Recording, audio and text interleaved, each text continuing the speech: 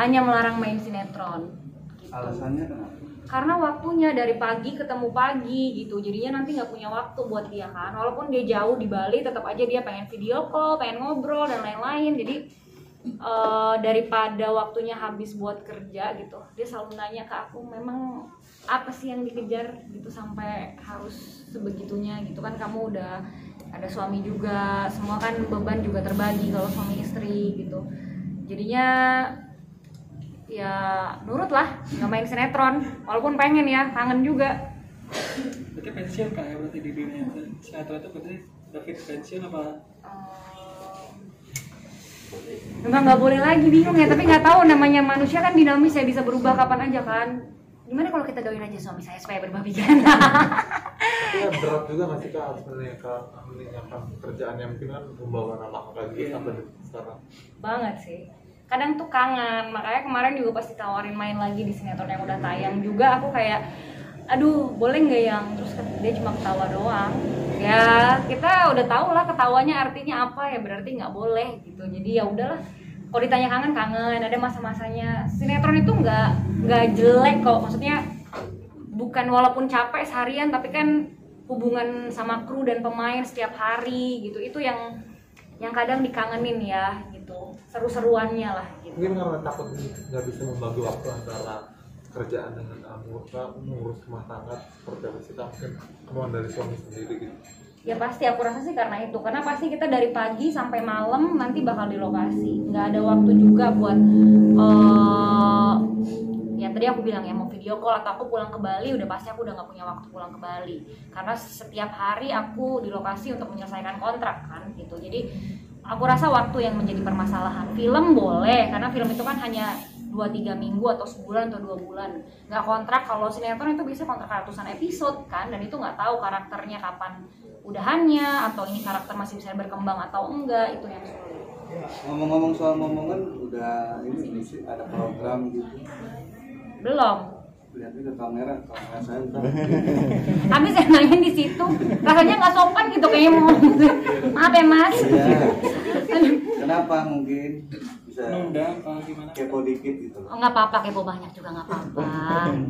Nggak ada menunda sama sekali, dari awal memang pengen banget punya anak, tapi memang rezeki ternyata bentuknya dari Tuhan tuh beda-beda. Ada yang dapat rezekinya anak, ada rezekinya kesehatan, ada rezekinya pekerjaan gitu. Kebetulan memang bagian kecil ini anak, bingung ya. Karena kan pasti kalau kemana-mana ditanya sama temen gitu ya, kalau lagi ketemu gitu kan. Teman sih enggak, mungkin lebih kayak orang yang lebih dituakan itu udah pasti biasanya nanya ya, entah om, tante ya. Tapi kalau mama, papa dari kedua belah pihak nggak ada sih. Kalau keluarga pasti ya, pasti jangan olahraga terus, jangan main sinetron terus, jangan kerja terus, jadinya nggak punya anak, bla bla bla. Tapi itu hal biasa sih menurutku, semua orang pasti, semua perempuan pasti yang belum punya anak di dalam rumah tangga akan ngalamin itu. Ya lagi-lagi ini aku nggak mau masukin gitu loh ke dalam hati, karena menurut aku itu bukan kesalahan aku juga, soal dikasih atau enggak tuh bukan kehendak aku juga, itu bukan hal yang bisa aku beli dengan uang juga kan. Anak itu kan memang persembahan Tuhan, jadi mau nggak mau aku harus nunggu, mau gimana lagi. Nah ini kan bentuk doa nih, kalau seumpamanya pengen punya anak berapa sih? 2 aja cukup. Kenapa? Program pemerintah.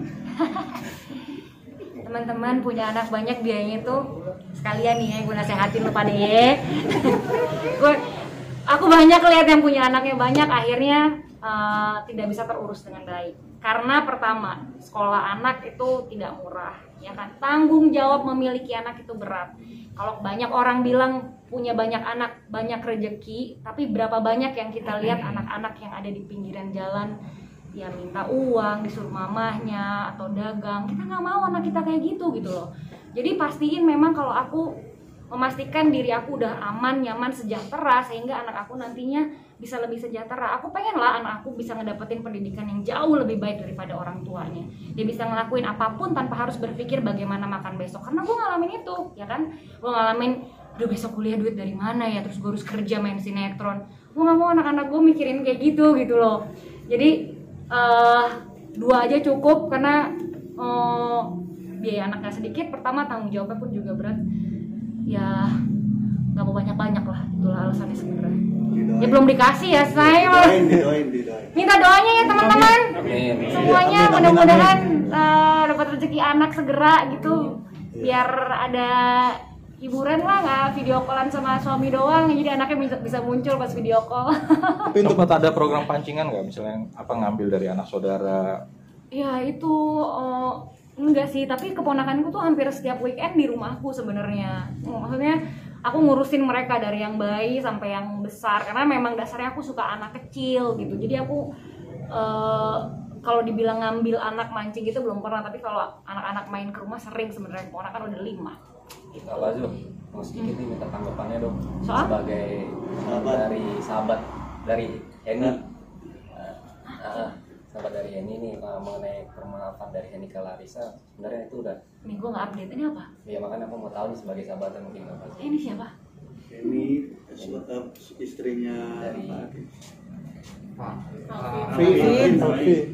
Alvin. Nggak kenal. Nggak kenal. Alvin Azikra.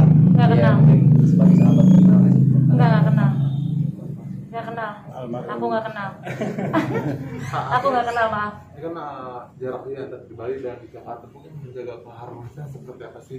Atau memang masih sering bolak-balik ke Bali, Jakarta mungkin seperti Aku apa? bolak-balik Bali Jakarta setiap bulan, atau dia ke Jakarta setiap bulan, antara itulah siapa yang lagi agak longgar aja sebenarnya. Ya hubungan kata orang long distance tuh susah, tapi pas aku jalanin ternyata nggak sesulit itu juga. Tetap bisa, malah enak ya, dia tetap bisa ngelakuin hal yang dia lakuin, aku juga tetap bisa ngelakuin apa yang aku lakuin. Yang penting saling mendoakan, saling support aja. Artinya nggak saling menaruh curiga juga nggak sih? Itu kan jauh di sana, terus kakak juga di sini gitu. ABG 16 tahun kali gue. enggak, udah enggak. Udah 4 tahun pernikahan, udah enggak kayak gitu. Mungkin awal-awal ada ya, normal kayaknya. Apalagi pacaran cuma sebentar, dari jarak kenal ke pernikahan tuh setahun. Jadi pasti ada curiga dan lain-lain, itu pasti ada. Tapi kesini-sininya udah mulai percaya sama lain. Itu dasarnya banget menurut aku di hubungan.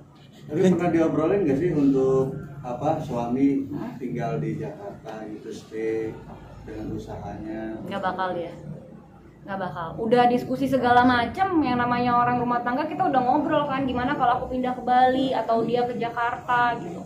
Aku nggak mungkin ke Bali karena mama aku di sini, aku tinggal berdua sama mama. Dan memang aku dari awal pernikahan udah ngomong juga sama dia kalau mama nih nggak bakal aku lepas lah, memang bakal aku urus. Walaupun aku punya kakak, tapi mana nih ya ngomongnya, takut salah ngomong. Tapi yang bisa ngurusin mama, ngadepin mama tuh kebetulan cuman aku. Jadinya yang mau nggak mau, Lebih dekat lah ya. iya lebih dekat, lebih bisa mahamin dia dalam segala hal itu aku. Jadi memang ya dia maunya di sini, ya udah aku di sini dulu. Berarti ini komitmen ya, komitmen antara berdua ya, untuk Iya. kita tinggal jarak jauh gitu seperti itu ya. Iya, jadi memang ini udah dari sebelum nikah sebenarnya udah ngomong sih, nanti mama gimana, mama harus. Pernah aku tinggal pisah dari mama kayak cuma berapa bulan, terus aku kayak mau ikut Fani lagi deh apa gitu. Ya namanya hubungan anak orang tua pun sebenarnya nggak mulus-mulus banget juga anyway, tapi tetap aja sebagai anak yang punya orang tua single, mamaku sendiri, aku rasanya nggak tega gitu melepaskan mamaku sendirian gitu. Oke. Ini kan jarak jauh nih, artinya kalaupun ketemu gitu mungkin quality time-nya seperti apa sih kalau Mbak Fani sendiri? Isi quality time-nya. Wah ngapain, paling nonton bareng, Netflixan bareng, pergi bareng kemana gitu. Hal-hal yang nggak bisa dilakuin pada saat bertemu lah. Gitu, makan ke restoran kayak apa. Tapi tetap aja sometimes ada kok dia megang handphone, aku megang handphone, normal lah. Kan sibuk, handphone kan sekarang bukan cuma buat main-main, kadang handphone tuh buat komunikasi kerjaan kan. Gitu. Oke, sip. Terus Oke. Makasih Kak Fani. Sama-sama.